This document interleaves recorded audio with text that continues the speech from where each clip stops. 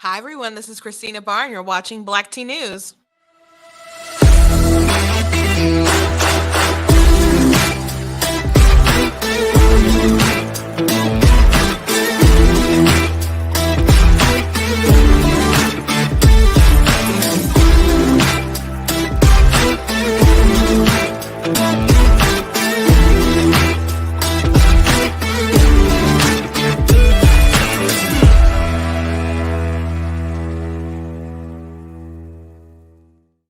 Hello, hello, hello. Welcome to Black Tea News. I'm your host, Christina Barr, and today we are excited. Everyone's excited, except Democrats, I don't think, are excited because there was huge victories across, especially Virginia. That was like the breakthrough story.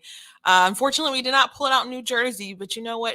It was way closer than they thought it would be. Murphy's team thought they'd be home or whatever by midnight, like all going to turn to a pumpkin or something. And you know, I don't even know if they technically called it, but he did pull ahead. Last I saw of the New Jersey race, and it's funny because I was listening to Tucker last night, and he was interviewing the gym owner who kept his place open regardless of citations and all those other kind of things, and which the people rallied behind. If you rally behind people who are willing to stand up to the machine, you can overcome the machine. And so, because Tucker's just like, wow, out of everyone, like we've interviewed you for an entire year and you survived. And he's like, because we did what we did and the people backed us. But anyway, they kind of just were like, New Jersey sort of lost and let it go at that, but it was really close. But people started to point out when things were really close that people rarely win re-election in New Jersey. So that is a race that people probably should have paid more attention to, put more money into, devoted more resources to, had more talking to. I know Project Veritas released some things about Murphy and the nursing home scandal that I'm sure made a difference to tighten things up. But just so you know, fight for every race. Fight for every race. Don't write things off.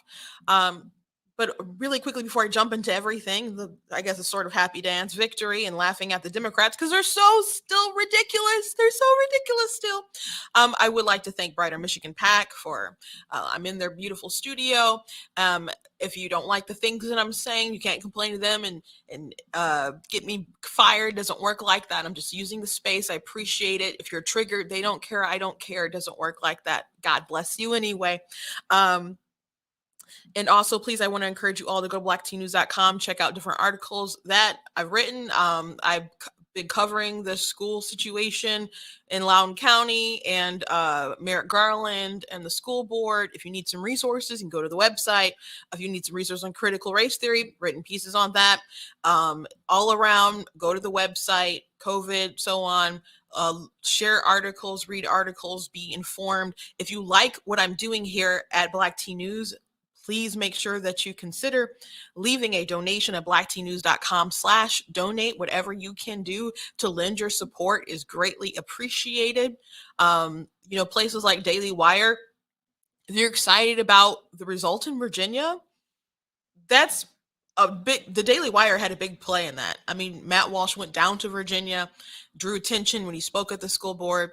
You had they launched an investigative wing of the Daily Wire, and one of their people did a story that ended up getting national attention after they broke the story about the father whose daughter was raped in the bathroom at Loudoun County, and they essentially covered it up. I wouldn't say essentially they covered it up, or at least lied about it. I don't think they thought that deeply about it being a cover up, but hey, when you lie about it, when people point blank, you ask you, hey, are there assaults in the bathroom? And you say no, knowing good and well that you sent out an email about it. People call that a cover up. So they really did their due diligence and drew a lot of attention to that state and made a world of difference. But they started out, Ben Shapiro just writing a couple articles here and there. He got a team together, him and Jeremy Boring, and it expanded. And they brought on Candace earlier this year, so they're a big sort of conglomerate now, standing up to Biden's mandates and all that kind of stuff. But if you would like to see black tea become like the next thing, get with me on the ground floor and let's start running. And also consider buying merchandise. I got this denounce white supremacy shirt with Joe Biden on it, with a list on the back of racist things that he's done, because this is the party of racism. So let's not forget, even though they try to distract you even by hiring people to pose as white supremacists. It's so ridiculous that they did stuff like that and now they've still lost. But you can pick up stuff like that. I got the goat hoodie and other products, and also got some seasonal stuff. Oh, let me show you of course, the You Are Not That Special mugs. I love those things, as well as the pumpkin spice season with the little chibi Trump. So, and we also got those in shirts. So let's get to it. I don't really have a meme for today, but just a little update on someone, and I guess a little joke that he did at Don Lemon's expense. So Tim Pool, I was surprised yesterday when I didn't see him too much on Twitter and stuff, but or just I was curious what his thoughts were after the FBI, well, not the FBI, after there was a leak of like aerial footage of the Kyle Rittenhouse case that night in Kenosha, which Jack Posbeck from Human Events, he had it and he released it. And so people are saying with this, it looks like a clear cut, self-defense. But also begs the question, the FBI was just like, in the sky, not doing anything, just observing the whole thing go down. That's interesting. So anyway, they released that, and I knew he covered the case extensively. So I'm like, what is Tim Pool like saying about this? But he was pretty quiet. So it turns out he was actually sick. And so he had COVID. He said, last Friday I tested positive for COVID. It was the worst illness I'd ever experienced. I was hit pretty hard. I was prescribed the kitchen sink. So he had the monoclonal antibodies, ivermectin, and other stuff. I believe the monoclonal antibody saved my life. My lungs were doing pretty bad, and he's one day from going to the emergency room, and he said within 12 hours of receiving the monoclonal antibodies in the NAD, I was better. He said, I feel more than 100%. I currently feel better than I did before I got sick. And he said he'll have more info on Timcast. So then he also said, when my doctor prescribed ivermectin, I was shocked. I laughed and refused, saying that Don Lemon says he knows better than you and that this is just horse dewormer. My doctor insisted that this was a human dose ivermectin, and they wanted me to take it, but I know better, thanks to Don. So, of course, mocking CNN. And they had their medical specialist who actually went on Joe Rogan's show, because Joe Rogan took ivermectin when he caught COVID, and they're calling it horse dewormer. And so when he confronted their CNN guy, he's like, yeah, they shouldn't have said that. And so what did Don Lemon do? They doubled down. Because they want to frame it a certain way. So Tim Pool poking fun at CNN, which they deserve all the mocking in the world, especially over COVID and the sensationalizing of it, and just the fear porn, and also the racism stuff that they push. They're just a ridiculous network, an absolutely ridiculous network. But I'm glad Tim Pool is feeling better. Tim Pool is another one who went off, did his own thing. He wouldn't compromise. I don't remember the whole story, but they wanted him to do some things that he wouldn't do. So he was basically in like golden handcuffs where he couldn't go do his own thing, but he wouldn't do what they wanted to do. So he had to wait till like he got released. And so he started doing his own thing again. And so one of my favorite podcasters I listened to, like about comic book stuff, he went to go on his show and he talked a little bit about the compound that Tim has, like indoor outdoor skate parks, and like in all where they do recording. So he was just describing a lot of things. I'm like, I'm glad for Tim. I'm glad for Daily Wire and all these people who built up something. And so Tim Pool isn't a conservative. I don't know exactly what he would call himself, probably more libertarian, and he's changed on certain things. Like he's definitely more pro-gun than he used to be. But if you want some more balanced coverage from maybe perspective that you're not used to, I would recommend listening to Tim Pool from time to time. He's really good. So let's get into the victory lap dance. Oh, we got to talk about the hysterics as it was going down first before we get to the victory dance stuff. So of course, Youngkin took it. And so Virginia basically had a sweep. of the races. It wasn't just the governor. I mean, in a lot of states that were a lot of counties and stuff that were voted for Biden in 2020 went to Youngkin this time around. So it's a pretty big shift. And so the big person that everyone's excited about Youngkin, except the Democrats, of course. And Youngkin was a person everyone was talking about, but the lieutenant governor who won her race, she is a Black woman who immigrated from Jamaica. She was a Marine. She ran like a woman's shelter or homeless shelter, something like that. She raised 3 kids, so she's just like an all-star, and so she's the first Black woman to hold like a statewide position like this in the state. And it's very rare, even in the South, to have Black women in leadership like that anyway. And it's amazing. And the Democrats were just obsessed with critical race theory and racism the whole entire time. And something historic has happened with her. And she's just, and she's noted, yes, I'm Black. I've always been Black. And she's like, but that ain't what this is about. So she's someone who got elected, I believe, on her merits. She has a lot of great merits, but it is a great story. But it speaks to the greatness of our country. You guys know I ranted about Juan Williams the other day about this terrible piece he wrote in The Hill, blaming racism, doing a whole, you can go back and watch it. Like, I literally talked about it the whole entire show. But basically using racial antics to try to bash Youngkin. So he was on Outnumbered this morning, and I so annoyed with him. I was like, I said the piece was beneath him, I think.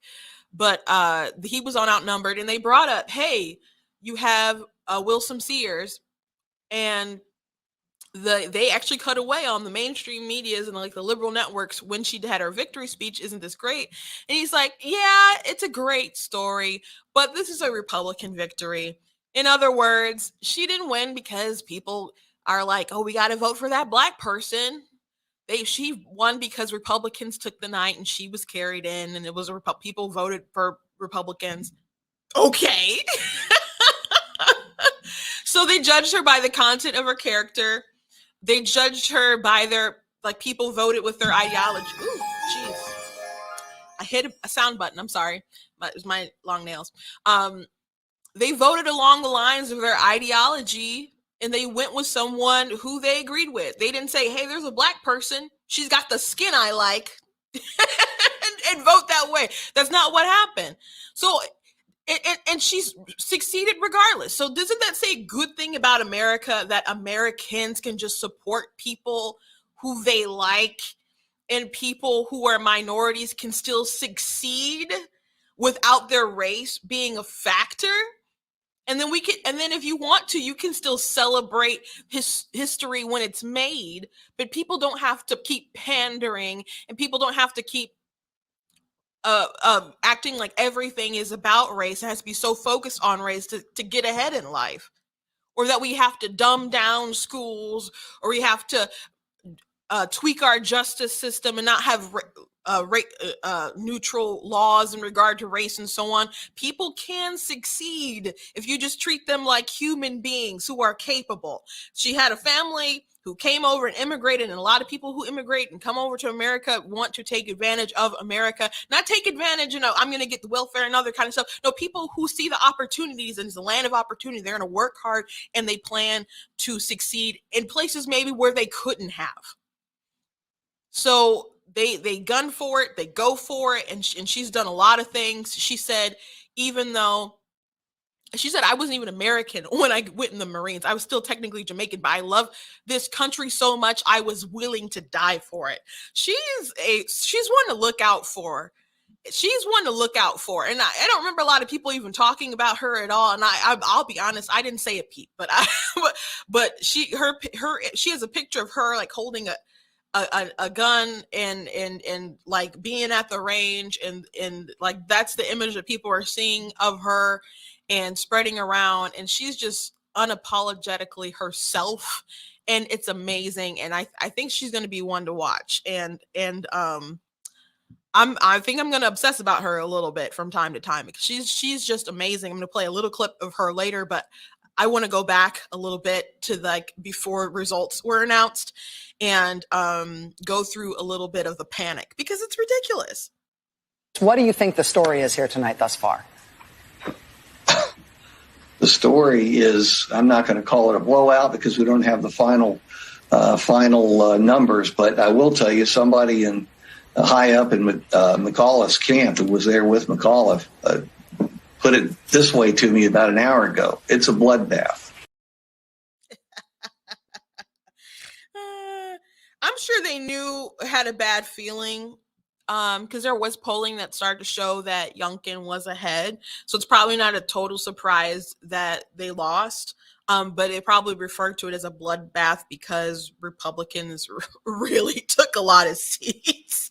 And now there's a lot of people in DC who actually live in Virginia, but they just work in DC who are now under this Republican leadership, even though they're so vastly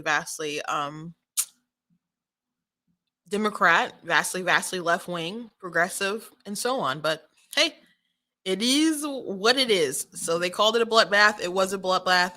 Oh gosh. And you know what's funny is Kamala Harris said not too long ago that this was going to be an indication of where the midterms were going to go. And so I think she was saying that in like hopes.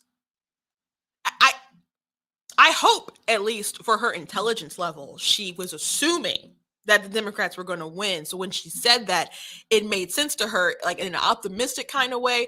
And she isn't just spouting things because she's a moron and thought there was a chance that they could lose. But she is correct. It is a bit of a weather vane, and we're seeing, hey, they had a bloodbath here.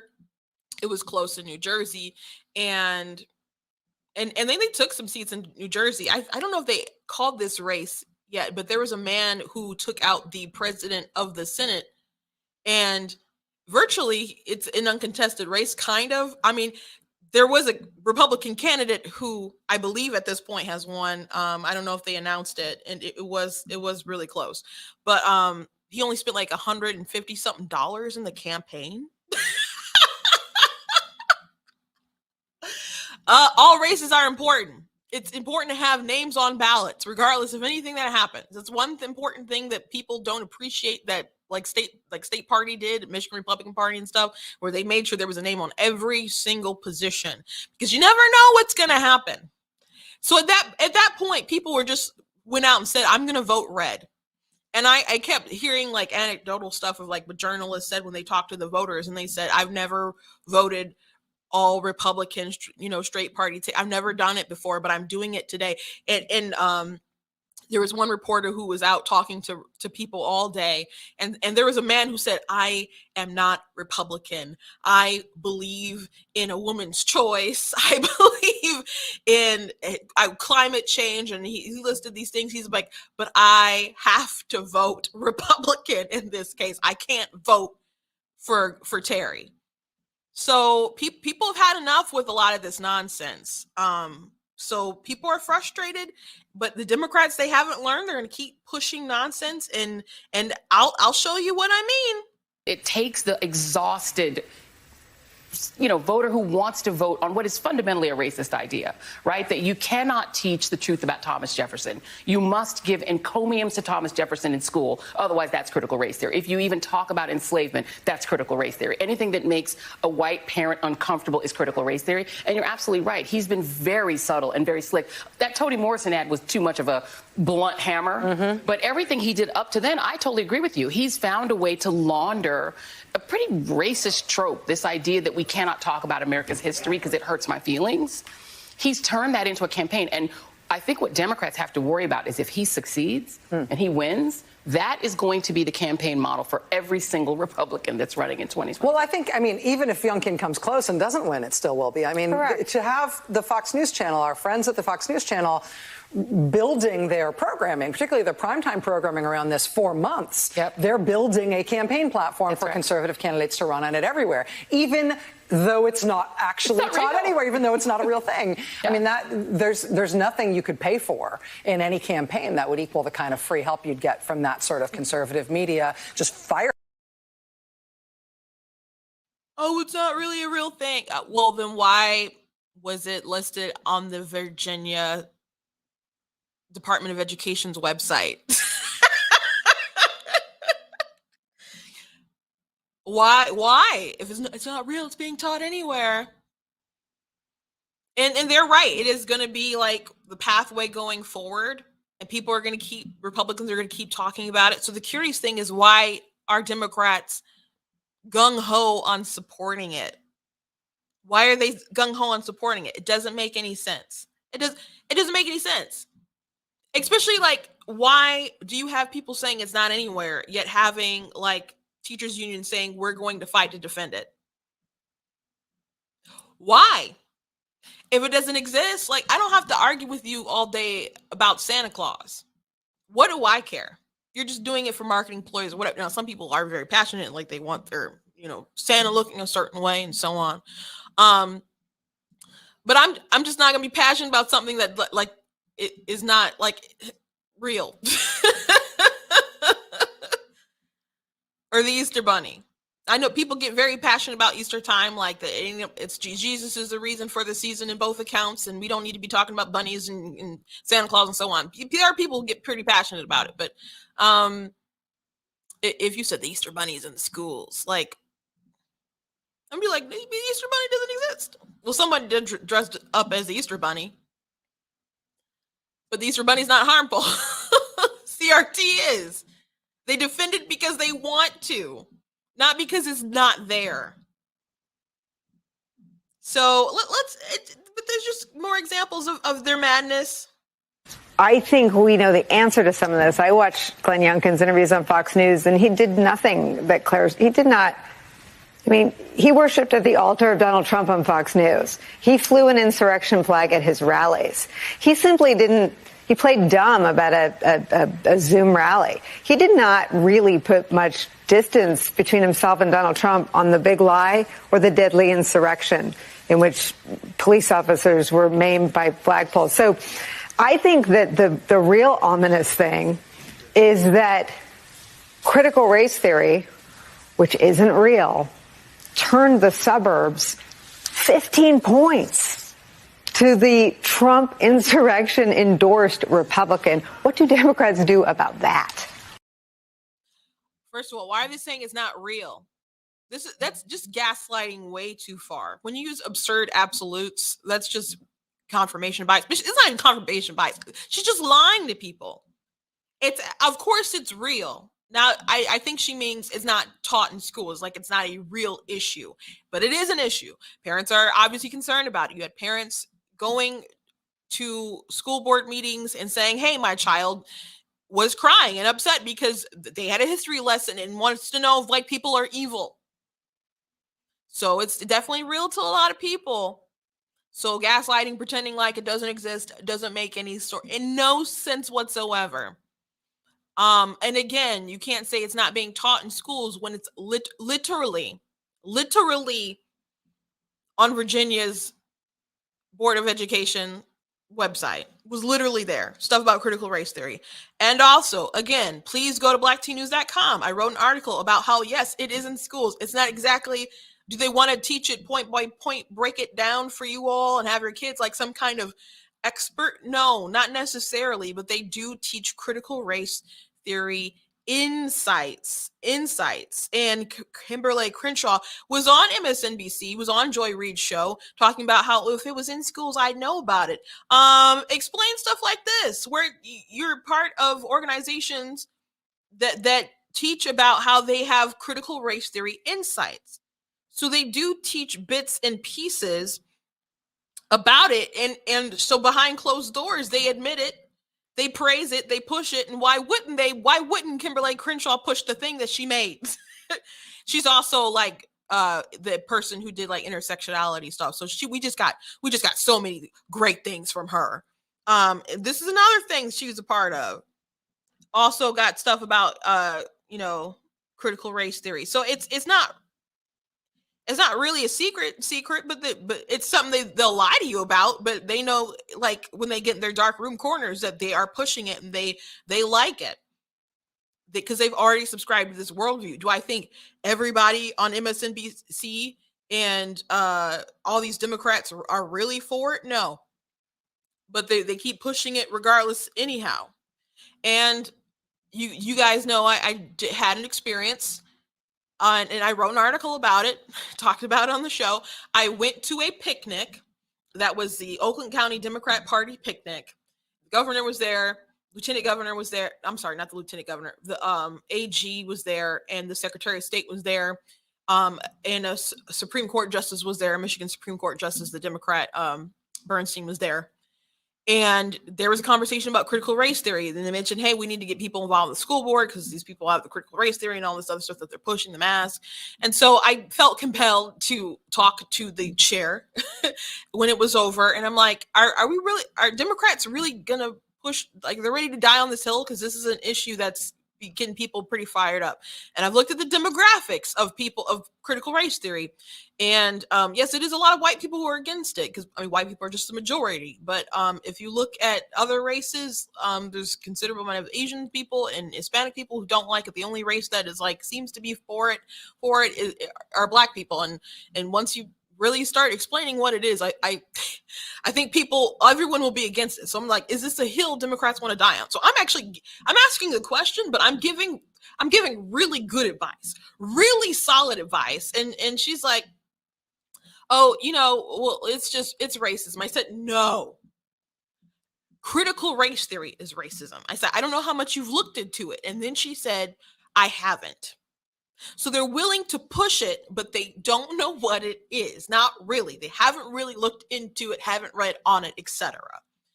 And I said, okay, well, I started explaining a little bit, and she seemed like she got kind of frustrated. And she said, look, I've seen these people. I know who go to the school board meetings. They're racist. I've seen into their eyes, the depths of their souls, and they're racist. So I'm staring at her kind of stunned. And I eventually like gather my words and I say, okay, can you look past the people who are against it and just look at the merits of the issue? And then she said, we just need people to run for school board. And then she asked me to run for school board. and I took her card and to be fair, she said it'd be nice if I stay involved. She's like, even if you need to push back against the chair, every once in a while. So it's not like she wanted me to go to the guillotine or something like that for questioning her authority. But it's wild to me, but she's not alone. There's a lot of people who do not understand this issue. Before I came on here, I did a TikTok. I did a TikTok like, yeah, Youngkin won and et cetera, and mocking the Democrats and stuff like that. And so someone commented on it and said, oh, Youngkin isn't that guy who he quoted MLK, but then wants to ban CRT. And so I had to do a reply before I got started. And I said, a lot of people quote MLK, FYI, but are you aware that CRT criticizes things like color blindness or some of the ideas that came out of the civil rights movement and liberalism, their ideas of that, you can have a color blindness society, that we can have laws that are just neutral across the board that applies to people of different races equally, and flat out, people who criticize integration as well. And I'm not talking about like off the beaten path sort of wackos or just people who just jumped on the train today who are trying to make some money with critical race theory kind of ideas. I mean people who like made it, who literally wrote the books on it. So if you're not aware of why people are talking about segregating and why seeing color or saying we don't want to see color, they criticize that sort of language. Cartoon Network actually did a video saying we need to see color. You see that sort of ideology trickled out today because of the ideology of critical race theory. I'm not saying that everyone read those books and so on, but critical race theory, by its own admission, it's an ideology, and it has a level, an activist dimension to it, is what they say in the books. People are meant to spread it. It's like a gospel. It's like a gospel of racism. So, and I do mention that also in the article I wrote in blacktnews.com. So please make sure that you visit the website, check out those articles, share those around, get informed about the issue if you don't know. But it's something I've covered a lot, and I've gone places to talk about it, and I will gladly go and talk to your group about it as well, because it is an evil ideology. But there's people who push back against it, and they just think it's about teaching history, and that's how all these people explain it and talk about it, and that's how Joy Reid explained it and talk about it, like, oh, they just don't want to learn about slavery. I learned about slavery in school, Joy. People learn about slavery in school. People learn about racism in school. We read books that included it. We read history books. It's not a new thing that's being introduced, but the ideology that everything in American history right now, or all of our institutions are terrible and are designed just to help white people, even today. That's why they don't want neutral laws. They want to dismantle everything and rearrange things. So if we can't have a world that sees people as your person, and yes, you may have darker skin than me, or I may have darker skin than you, but we're all still people, and the law applies equally, and we all share the same rights and privileges. If that's not a world that's okay with you, I don't want you in charge. And I don't want you to teach my kids. I guess you still can if you're not biased. But CNN had a teacher on who teaches critical race theory, and she said, can critical race theory make you biased? Yes, but that is a good thing. So you have to remember the sort of ideology these people have, and yet they push it and they defend it. So they know that this is an issue that can change the voters' hearts and minds and make up a huge gap with parents, where they'll be on the warpath and they will go to the polls and they will recruit other people. My sister's been trying to get her involved for years to run for stuff and be involved in politics. Now she's a fierce mama bear. She's a fierce mama bear with politics, and she likes to watch my show. She loves the stuff that I do. She, she calls and we talk politics. She's fully in it now, when she wasn't before. Someone had to activate her. And I don't mean someone said, will you become a Republican? No, she saw the craziness of the left and was like, I am activated. But a lot of people are now. So why don't Democrats abandon critical race theory? Why don't teachers' unions abandon critical race theory? It's a losing issue. That's the $1 million question, because obviously we're going to keep using it. Obviously we're going to keep pushing it. And it's just a bad ideology for America. For America, it's a bad idea. Aren't we all still Americans? Why would you want to push it other than when you want to tear it down? And I know there are Marxists. By the way, this is a Marxist ideology. It's rooted in Marxism. You can Google that and find that out in 5 minutes. I'm not kidding. There are people who legitimately want to rebuild America and are Marxist, communist, whatever. But there's people pushing it who aren't that far, that aren't that deep into it. So why? Is it just the money that people make? Like Merrick Garland's son-in-law? You can find another way to make money. You can find a new grift. It's not worth tearing down America. It's just not. And more people continued. Wherever you look, it looks like these college-educated suburban white voters who Democrats thought were breaking their way, they rallied back around critical race theory. And again, for me, critical race theory, Joy, is just the most recent, more eloquent iteration of the Southern strategy, right? Whether it be crosstown busing, whether it be the welfare queen, whether it be defund the police. This original sin of America keeps evolving, and critical race theory is the most latest and most eloquent, quite frankly, iteration of the Southern strategy, in a way, quite frankly, to tribalize an election, to tribalize an electorate in a way to drive up the white vote. By the way, Youngkin won with Hispanics. He won it. Like, he didn't get it just like a good portion just because he's like, oh, that's a good number for Republicans. No, he won it. He won it. So I don't know why Hispanics necessarily are easier, I guess, to pitch to than African Americans. And I have done I did an episode explaining at length why Black people vote vote Democrat majority. But I don't know. I wonder why it is, because it's not like they appeal more to Hispanics more than they do to Black people. But I guess it's just the heritage of people still have that association of what can happen with socialism and so on from these places that people came from. And people still hear those stories and they're like, we're going to protect this land with everything that we have still. And maybe, I don't know, African Americans are sort of too far removed from something like that. And then you have people talking about racism every 20 seconds. So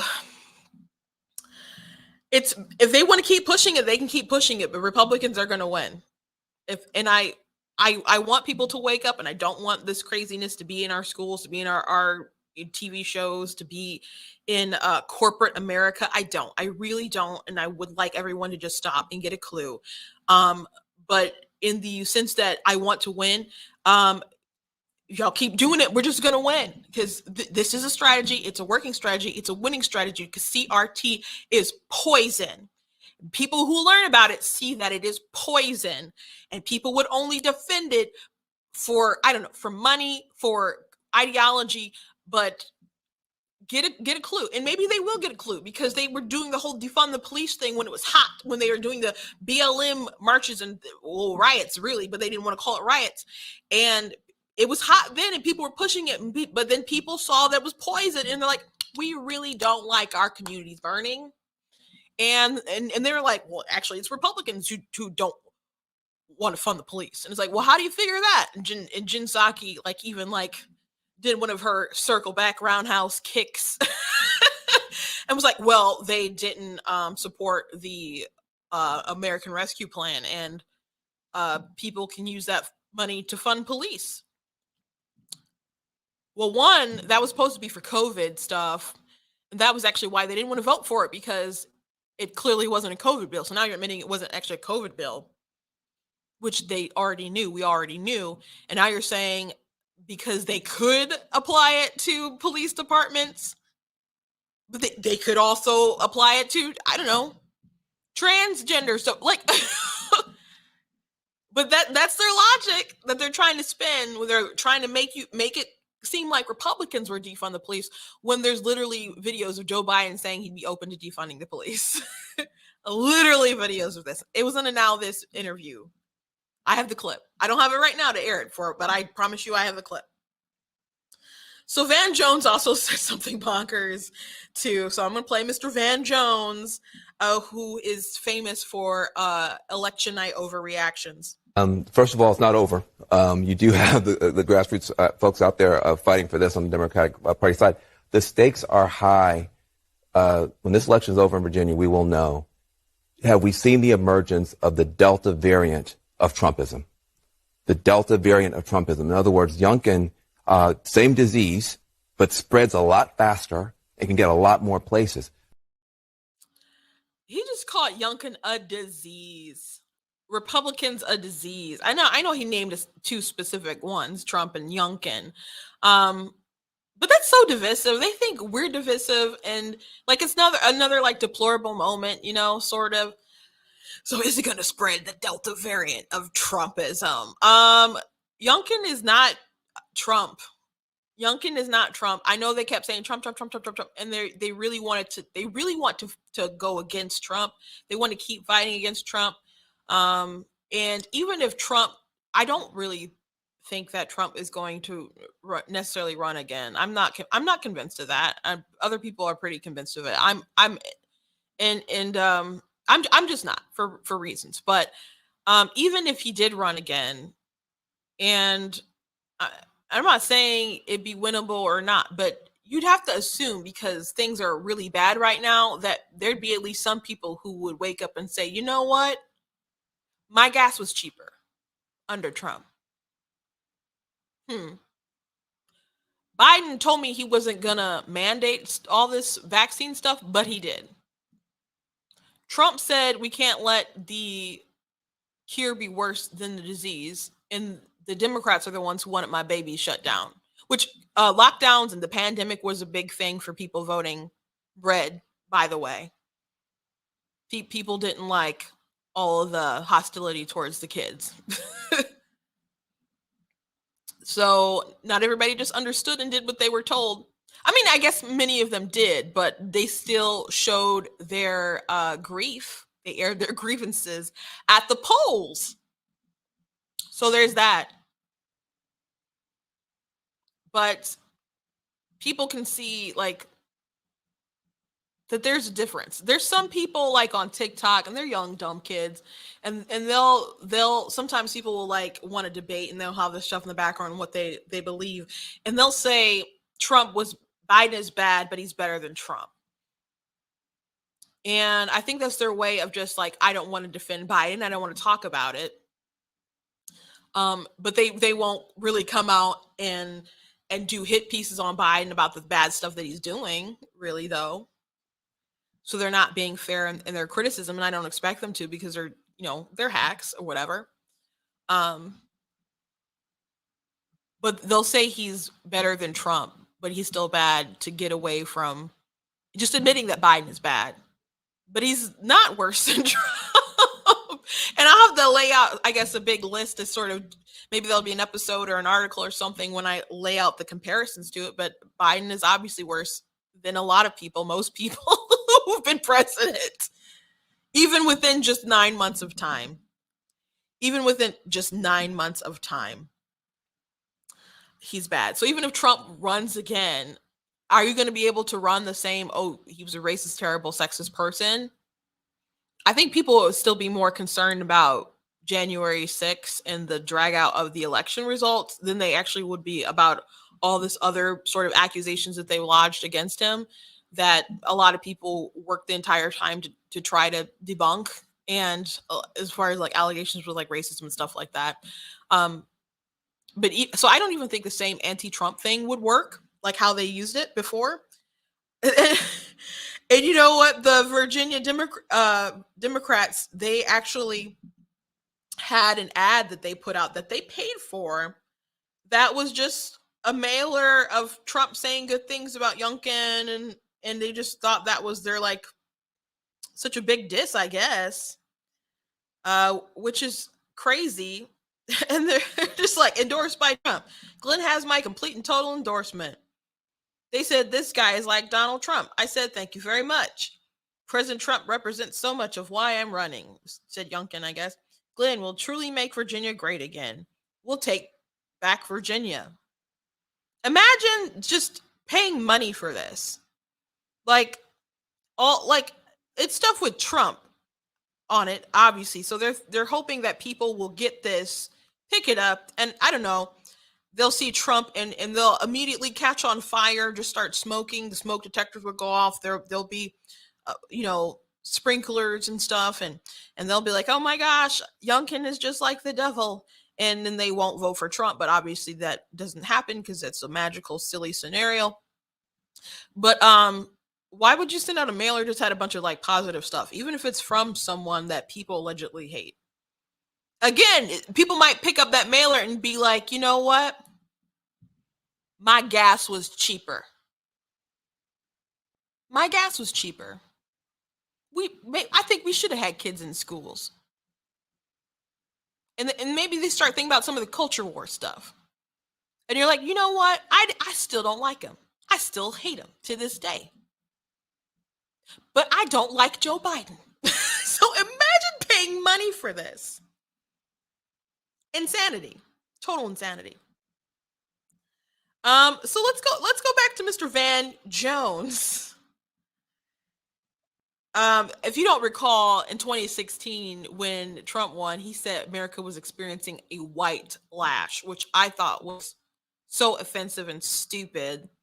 Because you can't just accuse everyone of being racist. Again, Youngkin won with Latinos.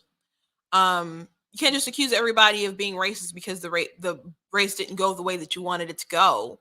He called it a white lash, but I take like super offense to that. I'm like, and there's nothing wrong with this. FYI, but not Don, but Van Jones is married to a white woman. He has mixed kids. So I don't understand the push of people to make everything about race with people who have rejected that their own lives. You're a beautiful mixed family. They're talking about the white lash of America. You can't imagine another possibility or another explanation to why people voted for Trump. It just has to totally be about racism. It doesn't make any sense. So Van Jones, I don't know, maybe slept on a little bit, got a bit of a clue, or I think that the Democrats are coming across in ways that we don't recognize, that are annoying and offensive, and seem out of touch in ways that I don't think show up in our feeds when we're looking at our kind of echo chamber. You're darn right, called Don Lemon. You're darn right, Van Jones. You're darn right. You're darn right you're annoying. You're darn right you're out of touch when you say the Trump virus, the Delta virus, Youngkin. Of course you're out of touch and you're not understanding. Of course you're out of touch when you say America experienced a white lash. And Van Jones, he actually did a series, I believe, after the election when he went across the country and was talking to Trump voters and trying to understand, or at least do the coverage or whatever of the news. And so again, you're like, Trump, Delta variant, Youngkin, disease, virus. These people are like viruses spreading. Obviously, you're calling people diseases. You're giving a negative connotation. When you could just listen to people when they're concerned, and the people who went to the polls in education was a driving factor, Youngkin ran away with those votes. Like the number one thing in the exit polls that people cared about was like pandemic related stuff. And I guess the lockdowns and how people were kind of tyrannical, I suppose. Given the results anyway. But if education was your issue, Youngkin was your man. So these people who want to keep pushing critical race theory and say it's a new Southern strategy, and like, oh my gosh, Youngkin made up 15 points because of it. Yeah, keep pushing it and find out. Keep pushing us and find out. Keep messing with parents. Keep calling their kids evil. See what happens. See what happens. So a great victory came from the lieutenant governor. Of course, Youngkin won, and we believe the attorney general, who's of Cuban descent, by the way, that he's gonna carry it. He's in the lead, so he'll make history too. But people are going nuts about Miss Sears, and she said some great stuff in her victory speech. I'm gonna play a little bit, and like I said, I'm probably gonna be observing her a lot because I think she's a rock star. Victory indeed. But I say to you, there are some who want to divide us, and we must not let that happen. They would like us to believe we are back in 1963 when my father came. We can live where we want. We can eat where we want. We own the water fountains. We have had a black president elected not once but twice, and here I am, living proof.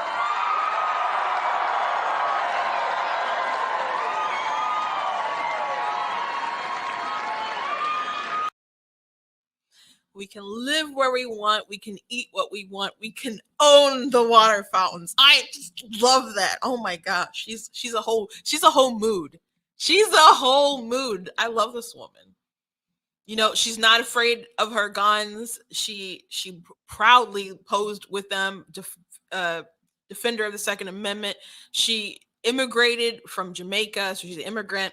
She's a mother of 3, helped run like a homeless shelter.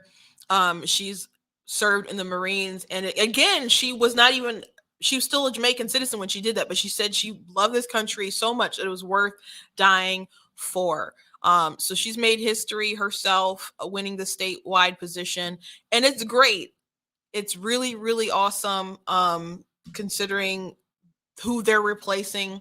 Youngkin and the team is replacing Northam, who had the black-faced, or maybe he was a KKK member, but we think he was probably the black-faced guy. So I'm glad that, oh my gosh, someone tweeted out, I think it was Life Site News.org or something like that, or maybe it was Live Action, but I think it was Life Site.